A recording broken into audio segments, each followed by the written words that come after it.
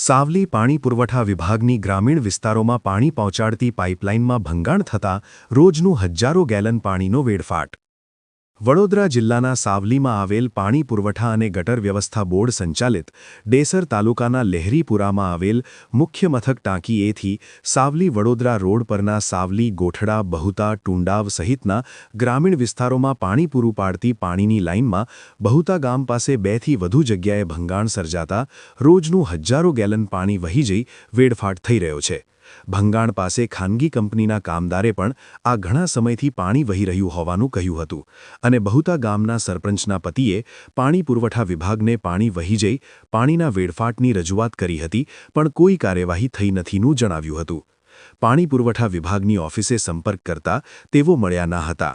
અન્ય કર્મચારીએ ફરજ પરના અધિકારી બહાર સાઇટ પર ગયા હોવાનું જણાવ્યું હતું। આશા ન્યૂઝ ગુજરાતી રિપોર્ટર સૈયદ મુસ્તાક અલી, સાવલી।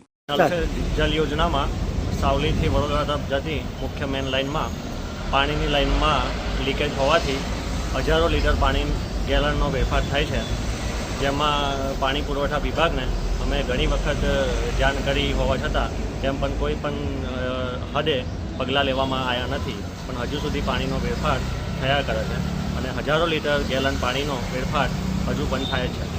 તો મારી ઉગ્ર રજૂઆત એવી છે કે આ જે વહેલી તકે લીકેજ જે છે તેનું રિપેરિંગ કામ કરી આપવામાં આવે।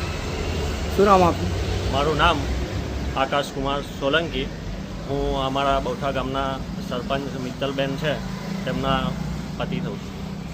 पानी लीकेज हो रहा है, कब से हो रहा है? 7-8 महीने से लीकेज हो रहा है। कोई पानी वाले वगैरह कोई आया नहीं इसको रिपेयर करने के लिए? नहीं, कोई नहीं है।